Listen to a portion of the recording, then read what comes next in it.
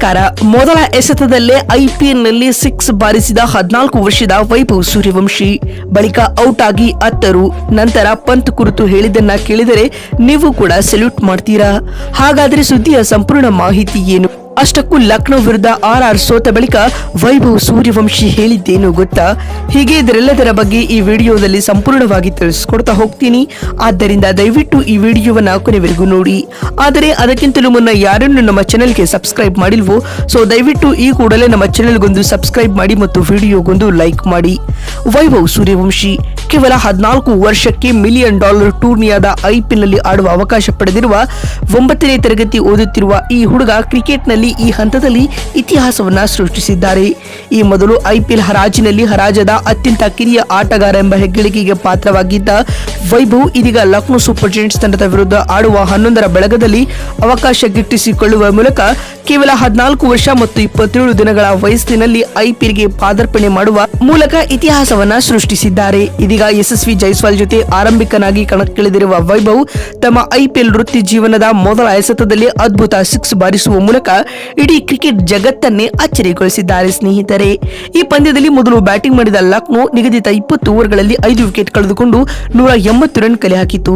ಈ ಗುರಿ ಬೆನ್ನಟ್ಟಿದಂತ ರಾಜಸ್ಥಾನ ರಾಯಲ್ಸ್ ತಂಡದ ಪರ ಯಶಸ್ವಿ ಜೈಸ್ವಾಲ್ ಹಾಗೂ ವೈಭವ್ ಸೂರ್ಯವಂಶಿ ಆರಂಭಕ್ಕಾಗಿ ಕಣಕ್ಕಿಳಿದರು. ಇತ್ತ ಲಕ್ನೋ ತಂಡದ ಪರ ಮೊದಲ ಓವರ್ ಎಸೆದ ಶಾರ್ದುಲ್ ಠಾಕೂರ್ ಅವರ ಮೊದಲ 3 ಎಸೆತಗಳನ್ನ ಯಶಸ್ವಿ ಜೈಸ್ವಾಲ್ ಆಡಿದರು. 4ನೇ ಎಸೆತವನ್ನ ಆಡುವ ಅವಕಾಶ ವೈಭವ್ಗೆ ಸಿಕ್ಕಿತು.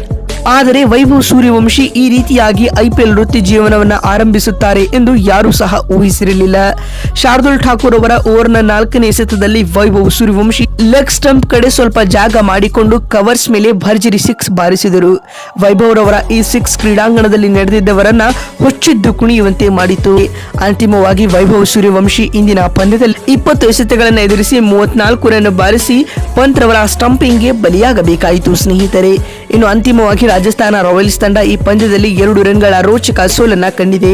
ಇನ್ನು ಇದೀಗ ಪಂದ್ಯ ಮುಕ್ತಾಯದ ಬಳಿಕ ಮಾತನಾಡಿದ ವೈಭವ್ ಸೂರ್ಯವಂಶಿ ಈ ರೀತಿಯಾಗಿ ತಿಳಿಸಿದ್ದಾರೆ. ಐಪಿಎಲ್ ಫ್ರಾಂಚೈಸಿ ತಂಡದ ಪರ ಆಡುವುದು ನನ್ನ ಕನಸಾಗಿತ್ತು.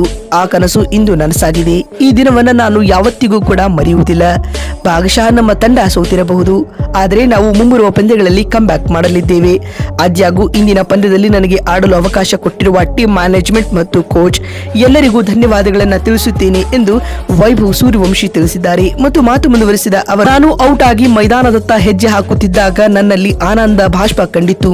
ಈ ಪಂದ್ಯವನ್ನ ನಾನು ಗೆಲ್ಲಿಸಿಕೊಡಬಹುದಾಗಿತ್ತು. ಆದ್ಯಾಗೂ ಪಂತ್ ರವರ ಅದ್ಭುತ ಸ್ಟಂಪಿಂಗ್ ನನ್ನನ್ನ ಬಲಿ ಪಡೆಯಿತು. Pant world class wicket keeper ಎಂದು ಹೇಳುವ ಮೂಲಕ ಸೆಲ್ಯೂಟ್ ಮೂಡುವ ಹೇಳಿಕೆಯನ್ನ ವೈಭವ್ ನೀಡಿದ್ದಾರೆ ಸ್ನೇಹಿತರೆ. ಹಾಗೂ ತಂಡದ ಈ ಸೋಲು ನನಗೆ ನಿರಾಸೆ ತರಿಸಿದೆ ಎಂದು ತಿಳಿಸಿದ್ದಾರೆ. ಮತ್ತೊಂದು ವಿಡಿಯೋದಲ್ಲಿ ಸಿಗ್ತೀನಿ. ನಮಸ್ಕಾರ.